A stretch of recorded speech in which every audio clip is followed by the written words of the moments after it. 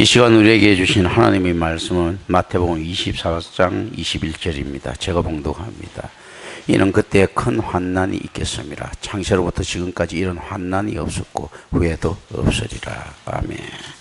그리고 우리는 이제 34절을 봅니다. 내가 진실로 너희에게 말하노니 이 세대가 지나가기 전에 일이 다 일어난다. 그러면서 심판받기에 충분한 죄악된 세대가 언급되고 있습니다. 그리고 예루살렘도 이와 같다라고 예수님께서는 선포하고 있습니다. 그리고 예루살렘의 멸망을 이제 제자들은 경험하게 됩니다. 자, 그렇다면 이 세대가 지나가기 전에 이 일이 다 일어난다고 했을 때 우리 때는 어떻느냐 했을 때 역시 마찬가지다라는 겁니다. 결국 종말의 자신에게 있어서 종말의 시대는 자기 세대입니다. 자기가 살았던 삶의 가치, 그리고 성도들이라고 하면요, 전환된 삶의 가치를 갖다가 살 수 있었을 때 이런 심판으로부터 벗어날 수 있다라는 기대를 할 수 있을 것이고요. 그리고 택자들이 아니라면 자기 세대에 이 모든 것을 경험하고 그리고 또 어리석어서 결국은 아무것도 듣지 못하고 아무것도 보지 못하고 최후의 심판을 맞이할 것이라는 무시무시한 권고가 들어가 있습니다. 이것도 사실은 권면입니다. 왜냐하면 이게 협박이나 위협이 아니고요, 자비로운 권면을 하는 것이요. 야, 너 이거보다 더 자비로운 말들이 어디 있습니까? 야, 너 지금 예를 들어 공산당이 너를 죽이러 와, 빨리 도망가. 그리고 야, 이거 뭐야, 이거 자기 죽이러 온다고 저주하는 거냐, 이게 아니고 그 얼마나 큰 자비로운 말입니까? 예수님께서 그 이야기 하시는 거죠. 이 저주, 그런데 인간의 힘으로 풀 수 없다는 것도 알고 계십니다. 하나님의 은혜가 임하기를 바라는 마음에서, 그리고 또 하나님의 은혜는 어떻게 임하는가 했을 때 이 권면을 들은 사람에게만 임하더라라는 것입니다. 그래서 말씀의 중요성이 성경에는 항상 강조되고 있고 교회의 중요성이 항상 강조되고 있는 것입니다.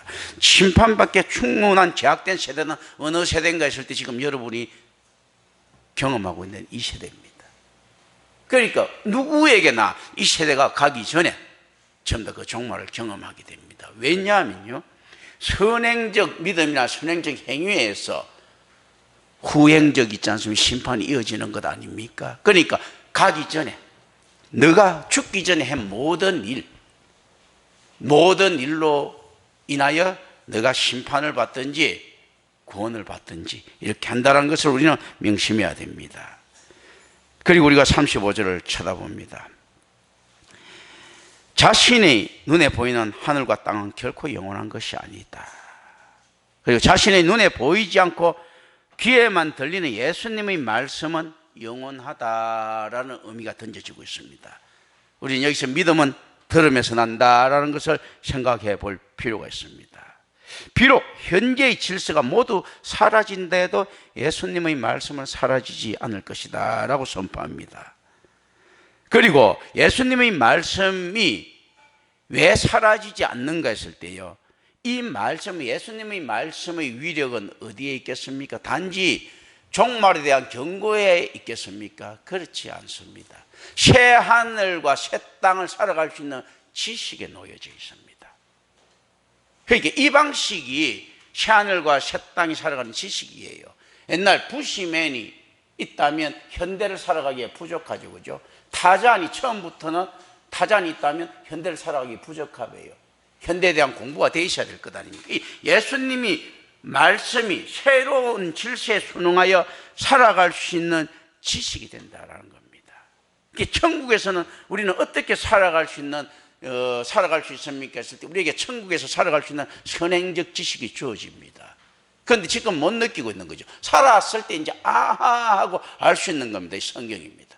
이 선행적 지식이에요. 예수 그리스도의 말씀입니다. 그래서 훈련된 사랑이 필요하구나. 아가페라는 사랑이 억지로 된 사랑이라도 사랑의 훈련이 필요하구나. 왜냐하면 천국이 사랑의 공동체라면서, 그죠?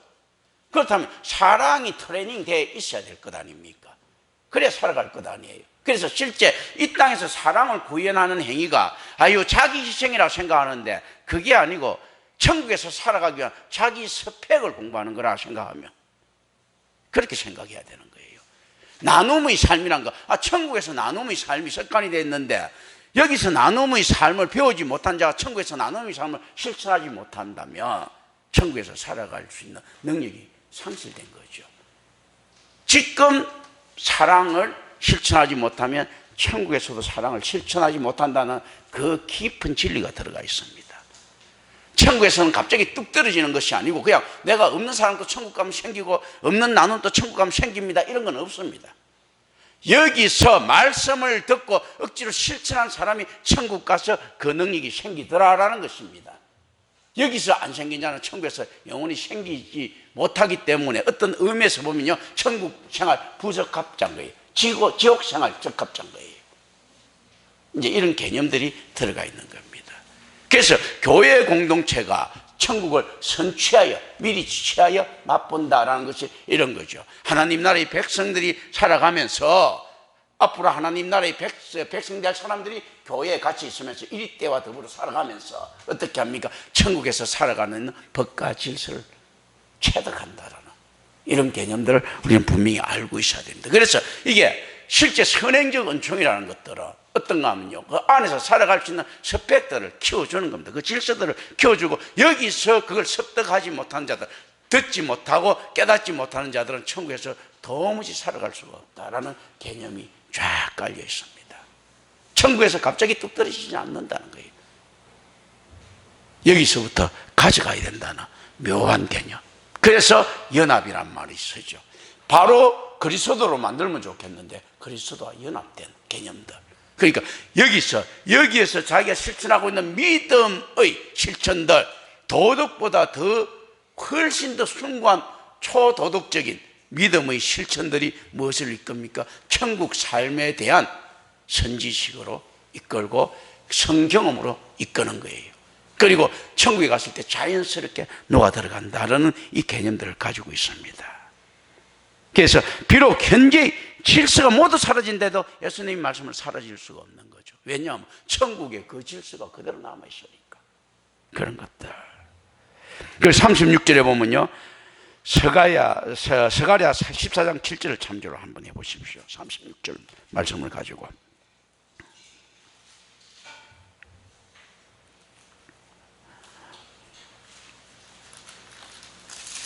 서가랴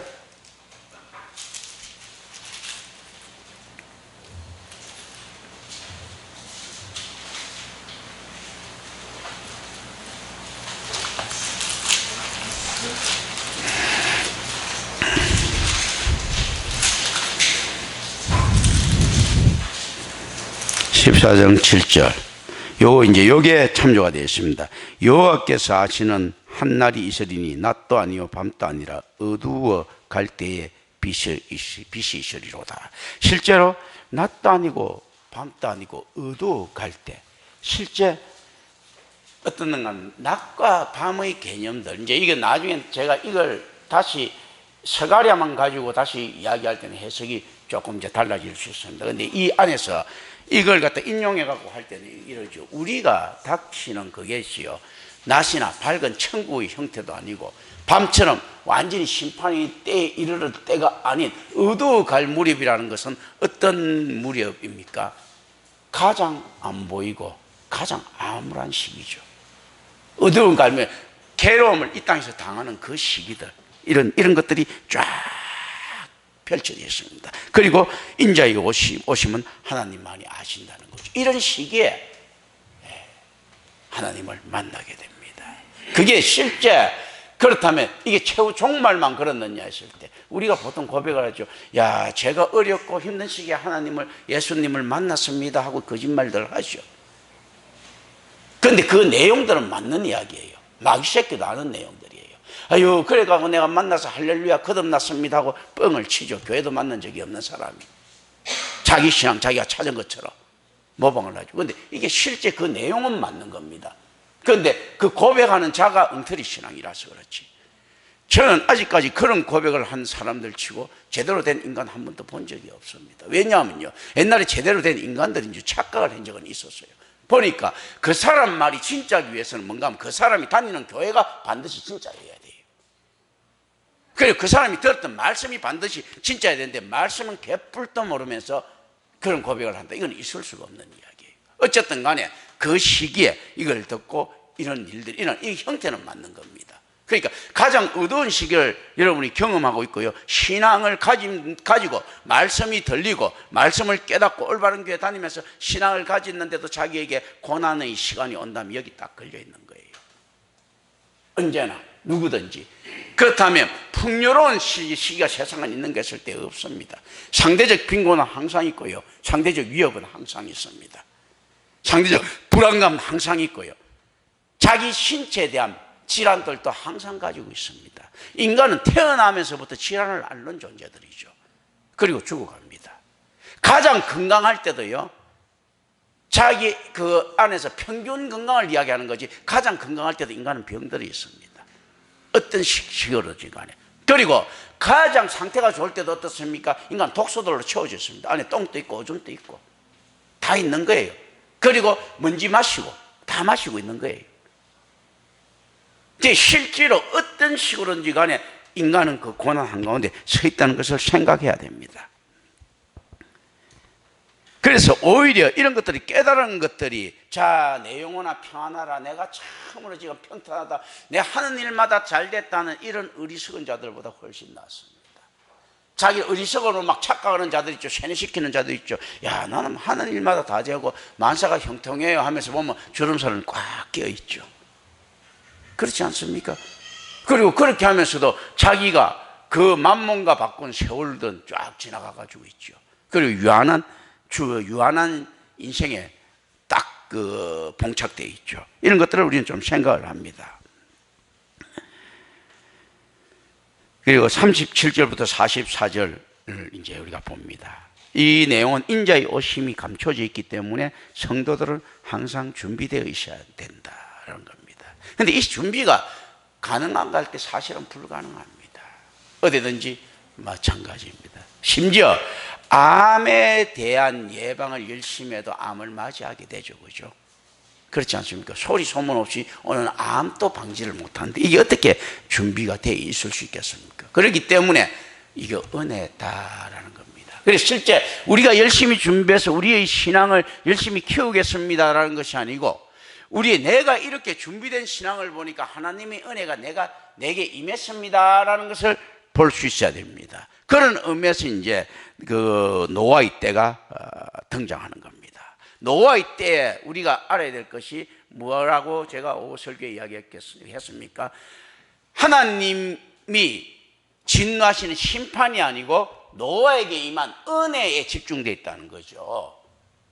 하나님이 진노하심에 집중되어 있는 것이 아니고 노아에게 임한 은혜에 집중되어 있는 거예요. 그래서 실제 우리가 성도들이라면 어떻습니까? 우리에게 임한 은혜가 있습니다. 자, 이런 완전 패역한 시대, 그리고 이런 진노의 시대에 자기한테 선한 것이 나타날 수 있다면, 말씀이 들릴 수 있다면 이거는 뭡니까? 은혜죠. 그러니까 네피림을 비롯한 온 인류가 죽은 그 사건보다 노아의 가족이 살아나는 그 은혜에 성경이 집중하고 있다면 자기 자신이 성도됨이 얼마나 위대하다라는 것을 여러분들은 느껴야 됩니다. 아유, 세상 걱정할 필요 없습니다. 자, 우크라이나 전쟁 걱정할 필요 없어요. 우리나라가 뭐 공산하고 걱정할 필요 없습니다. 이런 와중에서도 내가 성도라는 이 사실에 깜짝 놀라야 되는 거예요. 나머지 것은 당연히 어떻게 100번 그렇게 돼도 뭐 전혀 이상할 것 없는, 오히려 이상한 것은 나에게 임한 이 은혜예요. 아니, 수천 조명이 지옥 간다. 이상할 거 없어요. 당연하니까. 전적 타락의 죄니까. 그런데 한 명이 천국 간다. 야, 이거 기적인 거예요. 이게 깜짝 놀라야 되는 겁니다. 성도들은 항상 준비되어 있어야 된다. 이런 깜짝 놀라고, 이게 들리는 자만이 깜짝 놀라는 거예요. 그렇기 때문에 감격하는 거죠, 사실은요. 그리고 37절부터 39절 이제 봅니다. 인자의 재림은 노아의 때와 같이 임한다. 노아처럼 말씀을 듣고 순종하는 자는 구원받을 것이며 거부하는 자는 심판을 받을 것이다 라고 하죠. 노아 시대의 사람들은 삶의 재미만을 추구했을 때 그리고 그들이 심판이 임박했음을 깨달았을 때는 이미 늦었다라는 것을 이야기하고 있습니다. 이 안에서 또 어떤 것들을 이야기합니까? 노아의 순종이라고 이야기하죠. 노아가 말을 못하죠. 하나님이 어떤 시비를 걸으셔도 말을 하지 않고 맨 마지막에 이제 나중에 가나안 저주할 때는 이제 그때는 입을 뻥긋뻥긋하지 하나님 앞에서 어떤 이야기도 하지 않습니다. 순종하는 거죠. 그리고 노아가 120년인지 모르는지 120년이 그게 그 가설적 작업이라고 했죠. 그죠?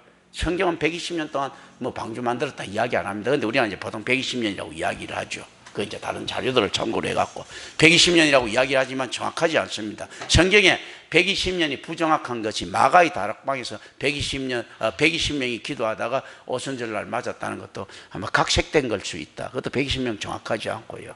노아 방주가 120년 정확하지 않고 또 어떤 것이 정확하지 않다고 이야기했습니까? 노아가 혼자 방주 만들었다는 말도 없습니다. 인건비 주고 사람 통해서 만들 수도 있다. 많은 인건비를 주면 있지 않습니까? 이런 것들은 생각해야 했죠. 오히려 그래서 성경은 무엇이 집중되어 있는가 하면 노아가 방주를 만드는 수고는 대수롭지 않게 생각합니다. 놀랍게도 노아가 방주에 타는 순종을 크게 생각하는 거예요. 그걸 순종으로 보는 겁니다.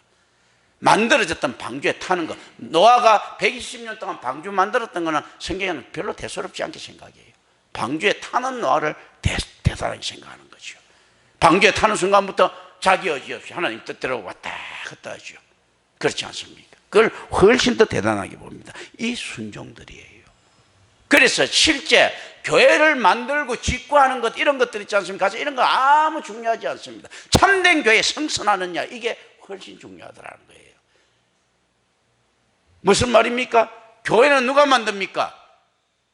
방주는 누가 만듭니까? 노아가 만드는 것이 아니고 하나님이 만드신 거죠. 노아가 인건비를 줬든 지원차 만들었든, 그런데 그런 말을 했고 자식들이 도와줄 수도 있고 많은 인건비 많이 줬으면 많은 걸 할 수 있었는데 한 그 정도 놀면서 방주 만들 정도 같으면 돈도 많았을 거고. 보통 보면 이게 성경이에요. 선지자들 착각하지 말아야 될 것이, 선지자들이 보면 다 돈이 많아요. 대부분 다 굉장히 부유합니다. 이 돈 걱정을 안 해요. 예수님도 돈 걱정을 안 해요. 돈이 많아. 그래서 가룟 유다가 한참 빼돌려도 모를 정도로 돈이 참 많아 보면요. 그런데 왜 거지 제자도인가 하면요, 그걸 갖다가 그 돈은 사용하는 것이지 소유하는 것 개념을 벗어나 있거든요. 그러니까 돈은 그냥 그거 이용할 수 있는 도구일 뿐인 거예요. 그 돈이 목적이 아니었기 때문에 거지 제자도지. 보면 항상 많아. 그러니까 노아도 그 정도 하면서 그 정도 배 지을 것 같으면 얼마나 부유했겠나, 그죠? 그 나무 그 위에 올리고 이런 것도 지 혼자 할 수 있었겠습니까? 하나님의 초자연적인 은혜로 지 혼자 했다, 이런 것보다도 훨씬 더 설득력이 있는 것이요, 사람 사용해갖고 옮겼다는 게 훨씬 설득력이 있습니다. 그 주위에 나무들이 자라게 해서 이렇게 해갖고 했다, 이런 것보다 훨씬 더 설득력이 있어. 근데 어떤 것들이든지 어떤 답은 가져갈 수 없습니다. 중요한 것은 노아가 하나님께서 지명하신 그 방주에 탔다. 그 방주나 성막의 구조물은 하나님께서 지시하신 두 가지 구조물입니다. 하나님께서 만들어졌다는 거거든요. 그래서 교회가 사랑의 교회가 됐든 사오랑의 교회가 됐든 삼랑의 교회가 됐든 이랑의 교회가 됐든 상관없이 이거 짓는 것 어떻습니까? 그 참교회라면 하나님께서 지으신 구조물에 들어가는 그 내용물이 훨씬 더 중요하다. 그런데 어떻습니까? 인간이 지어낸 그 구조물에 들어간 악하게 보는 거죠. 노아의 방주가 아닌 다른 방주에 들어간 자들은 구원을 못 받습니다. 그러니까 들어가는 것을 어떻게 들어가는 것을 때 하나님께서 지정하신 그 구조물에 정확하게 들어갈 수 있느냐, 이걸 순종으로 보는 겁니다. 그럼 이 순종은 어떤 순종입니까? 노아가 자기가 열심히 해서 순종에 들어간 게 아니고 방주 만들었으니까 들어간 것 아닙니까? 그걸 하나님께 지시하신 방주인 줄 아니까 들어간 것 아니에요. 뭐냐면요, 하나님의 은혜를 받은 놈이 순종이라는 겁니다. 불가항력적인 은혜가 순종이더라. 자발적인 공명이나 반향이 아닌 불가항력적인 은혜가 순종이더라라는 겁니다. 그래서 실제 교회에 가더라도 올바른 교회가 나타났다 하더라도 달리는 믿는 형태가 다 다르죠. 그렇지 않습니까? 결코 보면 임마누엘교도 마찬가지예요. 그 방주를 성선한 자가 있고 타지 않는 자들이 있죠. 그렇지 않겠습니까? 그러니까 실제 그 방주를 가지고 그거에 거기 있는 그 근처에 있는 것 아니고 방주 짓는데 뭐 나마나 보탠 자들이 아니고 성선하는, 이걸 순종으로 보는 겁니다. 이게 이제 구원받는다는 거거든요. 누가 올바른 교회가 나타나도 성선하느냐. 왜냐하면 그 성선하고 나면 이제 물에 맡겨야 되고 자기 노도 없고 뭐도 없고 자기 의지로 할 수 있는 게 없잖아. 그러니까 안 타는 거예요. 지멋대로 하고 싶어가지고. 노아는 탄 거예요. 그리고 난 다음에 하는 일은 뭐 있습니까? 그냥 가만히 있고 그냥 배문리하고 뭐 이런 것만 있겠지. 자기가 할 수 있는 일이 없으니까 그냥 오바이트나 하고 이랬겠죠. 그렇겠지 않습니까? 이제 이런 걸 갖다 순종으로 보는 겁니다. 결국 배를 탔을 때 노아가 평안하게 있는 것이 아니고 안에서는 고생은 이빠이 했겠죠. 그 정도로 되면 그 정도 오래 있으면 냄새도 많이 났을 거고 얼마나 괴로웠겠습니까? 그런 것들을 견뎌내는, 이걸 순종으로 봅니다. 그리고 이제 40절 41절에 나온 인자가 오시는 그때 사람들 사이는 분리가 일어날 것이다. 어떤 사람들은 데려감을 당할 것이며 어떤 사람들은 버려둠을 당할 것이다 할 때 우리가 휴거를 이야기합니다. 이런 엉터리 해서가 안 됩니다. 휴거의 가능성은 항상 열려있지만 실제로 어떻는가 하면요, 좀 더 이제는 그 엉터리들, 세대주의에 입각한 그런 엉터리들, 그리고 한국교회 지금 작살낸 그런 덜대가리 같은 해석들, 마귀새끼 같은 해석들, 이거 하면 안 됩니다. 자, 어떤 사람은 데려감을 당할 것이고 어떤 사람은 버려둠을 당할 것이라 할 때 불가항력적인 은혜가 나옵니다. 데려간다는 말은, 자, 이게 아마 전체 이런 이제 해석이 지금 안 나오는 것이, 내가 들어본 적이 없는 해석이 임마누엘 교회 사는데 어떤 것이 정말 하나님 중심적인가 한번 생각해 보시기 바랍니다. 불가항력적인 은혜, 데려간다는 말은 재판에 해부한다는 의미를 가지고 있어요. 여기까지는 주석적 의미예요. 다 동의하는 겁니다. 그리고 이제 그들 모두는 자신들에게 닥칠 일을 전혀 알지 못하고 일상적인 생활을 한다. 그리고 이제 데려가는데 재판을 해부한다는 의미는 어떤 말입니까? 데려가는 것이 구원이 받는 것이 아니고 데려가는 것이 어떤 겁니까? 심판이잖아요. 무슨 말인가 하면 죄인이기 때문에 끌려간 거예요. 일단은 1차적으로 이거 생각합니다. 구원받을 자가 뭐로 끌려가는가 했을 때 의인이라서 들림받은 것이 아니고 죄인이기 때문에 재판이 해부되는 겁니다. 똑같이요. 재판이 해부되는데 이제 내용이 달라집니다. 자, 마르틴 루터 신학에서도 나오는 건데 이거는 있는 것들이니까요. 어떤 이야기인가 하면, 자, 우리가 거듭났다고 했을 때 하나님 앞에 의롭게 가야 천국에 갑니까? 우리가 하나님 앞에 죄인으로 가야 천국에 갑니까? 했을 때요, 우리가 의로운 상태로 하나님께 가면 아무도 천국 못 갑니다. 죄인으로 가야 된다. 왜 죄인으로 가야 됩니까? 의로운 자에게서는요, 변호사가 필요합니까? 필요 없습니까? 의로우니까, 죄가 없으니까 변호사가 필요 없어요. 죄인은요, 죄를 지었으니까 변호사가 필요해. 이 대언자, 변호사 대체는 대언자가 뭡니까? 예수 그리스도죠. 죄인에게만 변호인 예수가 필요하지 의인에게는 예수가 필요 없는 거예요. 그런데 성경은 이야기합니다. 예수 외에는 구원받을 수 없다고. 그렇기 때문에 우리는 반드시 죄인으로 하나님 법정에 서야 되고요. 그러니까 데려감을 당한 자든지 버려둠을 당한 자든지 똑같이 하나님 법정에서 어떻게 섭니까? 죄인으로 서는 거예요. 그런데 한 놈은 양이고 한 놈은 염소가 되겠죠. 그런데 구원받는 자는 어떤 자들입니까? 예수의 변호가 필요한 자들은 구원을 받고, 예수가 변호하는 자, 변호하지 않는 자는 버려둠을 당하는 겁니다. 그 무슨 휴거가 있을 수 있습니까? 아니더라도 상관없죠. 휴거가 와도 상관없고 휴거가 없어도 상관없는 거죠. 실제로 어떤 데려감을 당한다는 것은 예수가 변호를 하면서 하나님 이렇게 변호해가지고 그냥 데려가는 거예요. 그리고 나머지는 예수가 변호를 안 하는 겁니다. 우리가 공중에 들림받는 의미가 아니고 가장 아마 정확한 의미는 예수님의 변호를 필요하느냐 안 하느냐, 그게 어디서 결정났습니까? 여기서 우리가 계속 변호사비를 내줬잖아요. 들리면서 믿음을 내줬기 때문에 변호사비를 받았으니까 오는데, 다른 놈들은요, 예수가 필요 없다고 엉터리 예수 믿고 있었지 않습니까? 변호사 필요 없다는 이야기지. 믿음이라는 것은 뭡니까? 우리가 변호사 죄인인데 예수님한테 변호 수수료를 준 거예요. 개념적으로 답으로 가져가면 안 되고요. 의미로. 그러니까 우리 믿음으로 예수님께서 계속 우리가 하나님 앞에 갔을 때 수수료를 줬기 때문에 예수님께서 그 예수라는 법인체에서 이제 변호사가 나온 겁니다. 그리고 변호를 하고 빼가는 겁니다. 보석으로.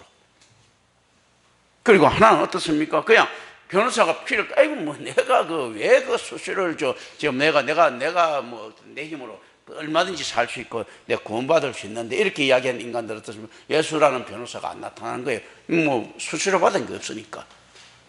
그렇지 않습니까? 그러니까 어떻습니까? 이들은 버림을 당하는 이 개념입니다. 물론 흑의 개념 분명히 있을 수 있습니다. 그러나 이거 답으로 가져가면 가장 어떤 게 더 정확하겠습니까? 데려감을 당한다는 것은 예수가 변호를 해가지고 신병 확보하는 개념이잖아요. 재판에 해부된다는 개념이니까. 버려둠 당한다는 건 예수님 자기 관계없으니까 그냥 놔두고 가는 거예요. 변호를 안 하는 겁니다. 대언자가 안 되죠. 이 개념을 생각을 합니다. 과연 우리는 어디에 서 있느냐? 그래서 실제 방주에 탑승한 그 자가 안에서 그 무리들이 뭡니까? 안에서 그 법인체, 변호 법인체에 들어오는 무리들인 거죠. 그런 겁니다. 밖에서 어슬렁어슬렁거리는 무리들은 그거하고 관계가 없는 거죠. 그 예수 법인에 들어와야 될 것 아니에요. 그렇지 않습니까? 법무법인에 들어와야지요. 그리고 43절 봅니다.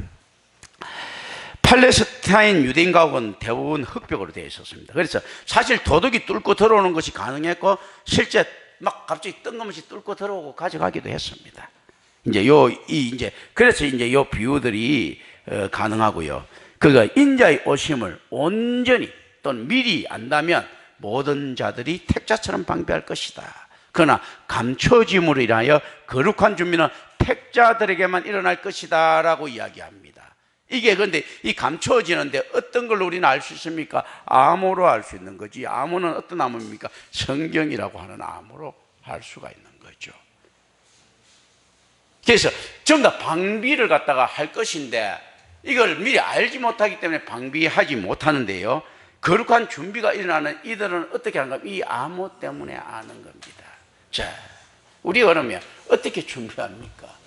일단 신앙인들은 미리 이제 오는 날을 알고 준비합니다. 자기 자신은 몰라도요 본능으로 합니다. 어떻게 합니까? 우리 인생이 유한한 것 압니다. 만몬에 빠진 자들은요 평생 안 죽을 것처럼 살죠.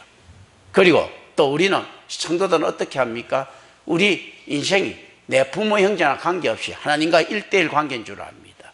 만몬에 빠진 자들은 어떻습니까? 재산을 자식한테 상속시키고 싶어하고 그가 안 되면 일가 친척 사돈의 팔촌까지 안 되면 조금이라도 혈연 지연에 거기다가 갖다 퍼붓고 싶어하죠.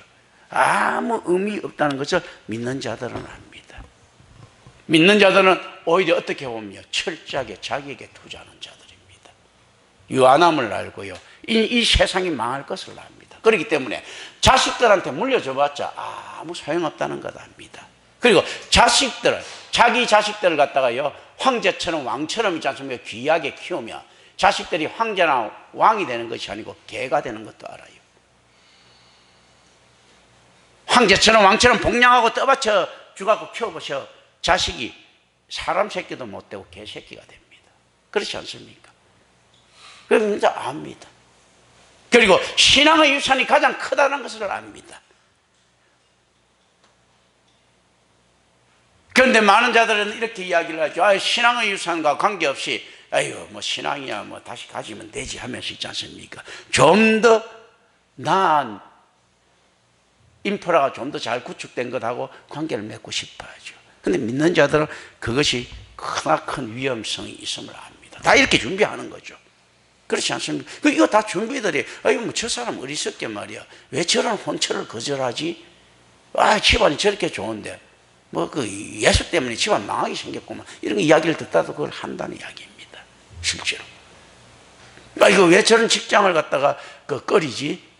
뭐 예수가 예수가 이거 저 미신이구만 이렇게 이야기하더라도 그걸 한다는 이야기입니다. 노아가 손가락질을 받아도 한 것처럼 노아가 손가락질을 받을 수 있었지 않겠습니까? 노아가 손가락질을 받았다는 뭐 그런 것들은 없어도 어떻게 해야 되겠습니까? 이런 손가락질 받을 수 있겠죠.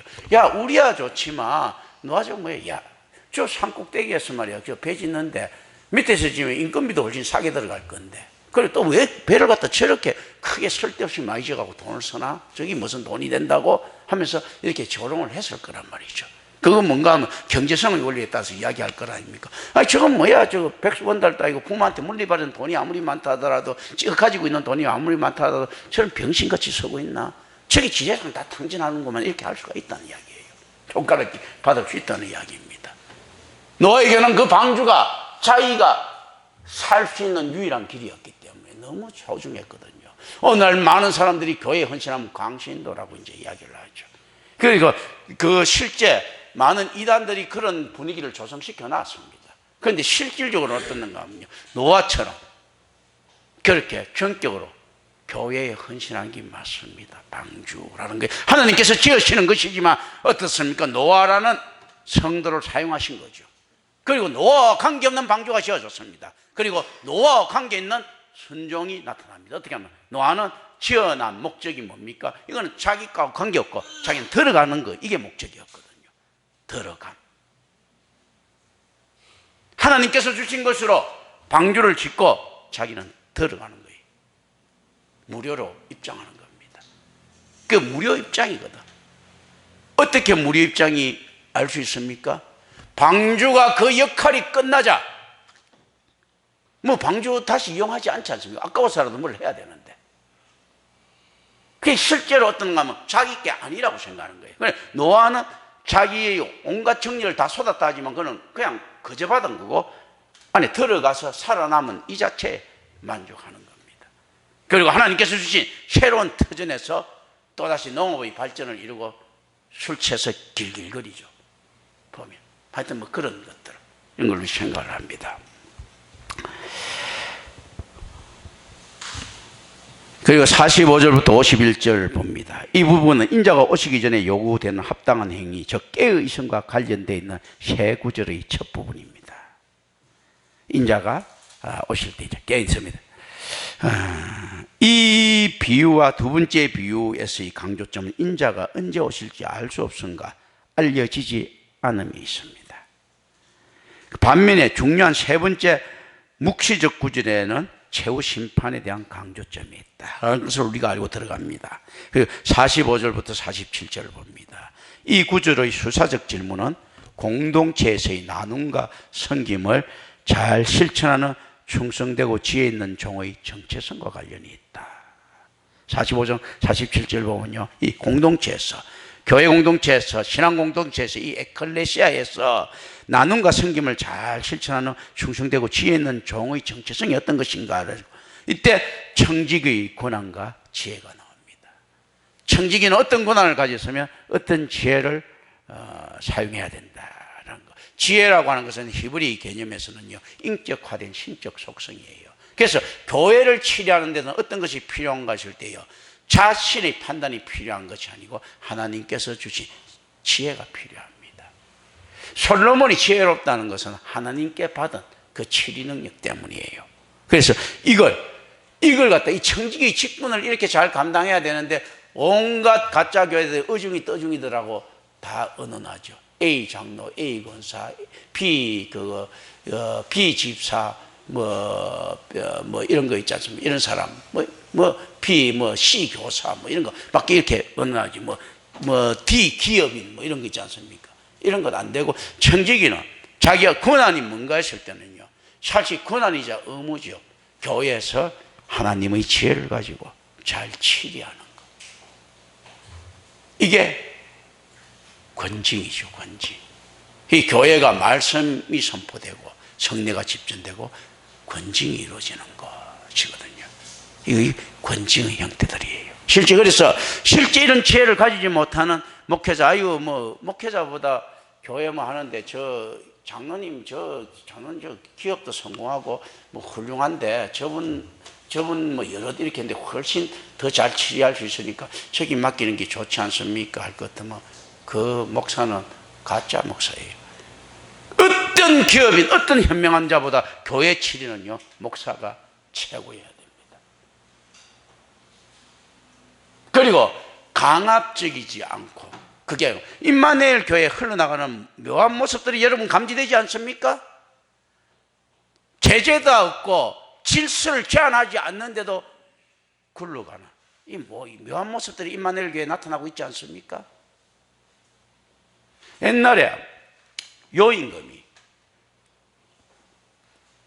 순시를 갖다가 하면서 어떤 노인네가 노래를 부르는 걸 들었다고 합니다.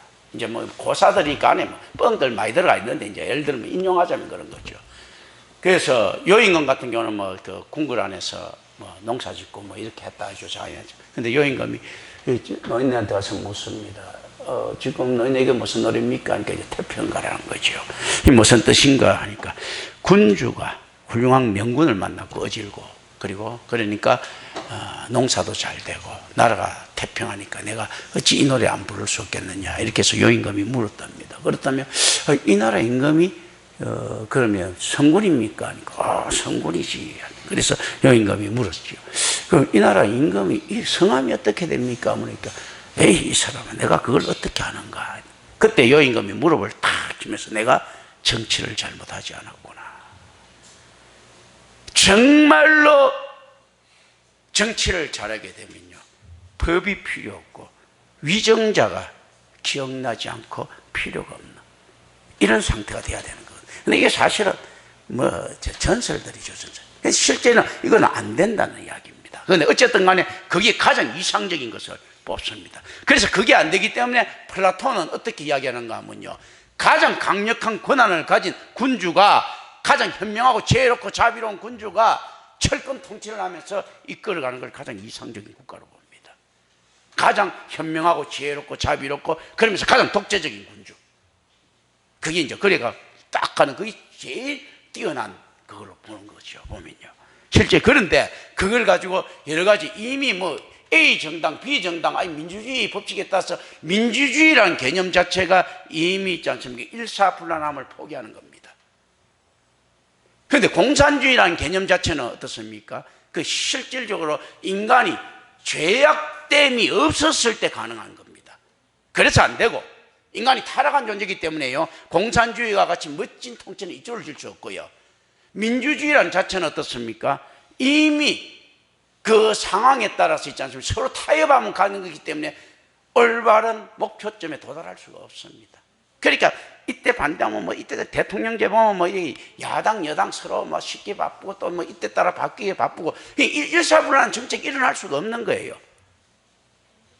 그렇기 때문에 어떤 정책이라든지 모순밖에 있을 수가 없다는 걸 생각하면서 어쨌든 간에 의미적으로는 이걸 이야기를 합니다. 그게 실제 교회 안에서는 그런데 어떻게 돼야 되는 것일 때 가장 공산주의적이고 가장 자유스러운 통치가 일어나야 된다는 겁니다.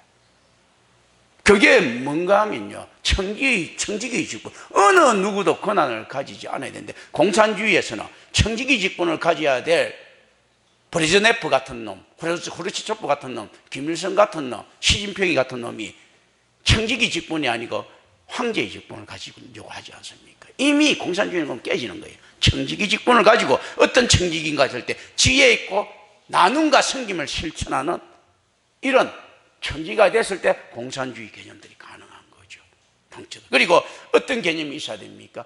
자발적인 헌신들, 인민들이 다른 사람들 1시간 일할 사람하고 10시간 일하는 사람하고 똑같은 임금 받는다. 누가 그렇게 하겠어요?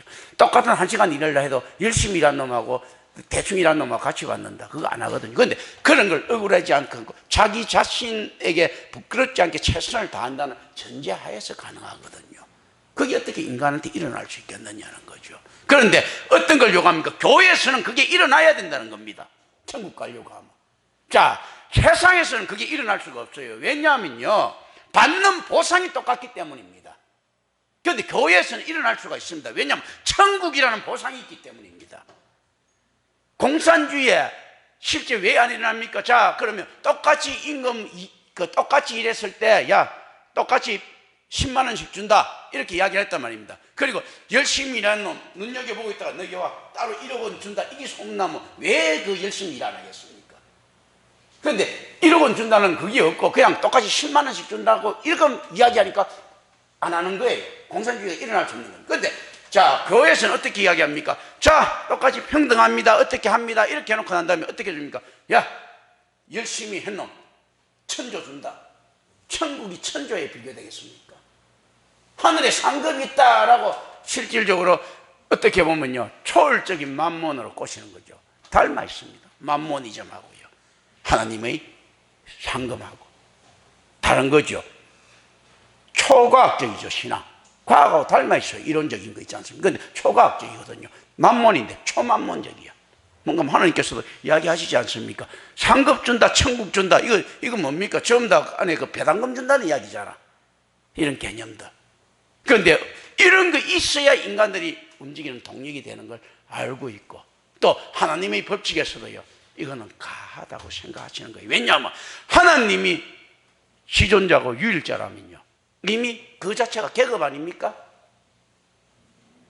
계급이 있다는 것은요, 거룩한 차등이 있다는 이야기입니다. 만약에 그게 없으면 계급이 질서가 무너지는 건데, 실제 이런 개념들, 답으로 가져가는 것이 아니고 개념들을 가지고 갑니다. 그래서 하나님의 속성상 이런 것들은 가한 거예요. 큰 상급이라는 건요. 그런데 평등, 나눔, 섬김했을 때 어떻습니까? 우리는 하나님께서 분명히 이렇게 이야기하죠. 이렇게 됐을 때 누가 합니까? 했을 때, 야, 그래서 너 따로 불러갖고 내가 수천조 주겠다는데, 수경을 주겠다는데 지금 천국 주겠다는 거지 않습니까? 그리고 하늘에 상급 주겠다는데 원해서 주겠다는 이야기잖아요. 그래서 할 수 있는 동력원이 된다. 그래서 우리한테 선한 것은 있을 수가 없죠. 선하지 않지만 따라가는 이 자체를 하나님께서 순종을 선함으로 땡겨주시는 거예요. 노아가 지 살려고 들어갔잖아요. 그걸 순종으로 보는 겁니다.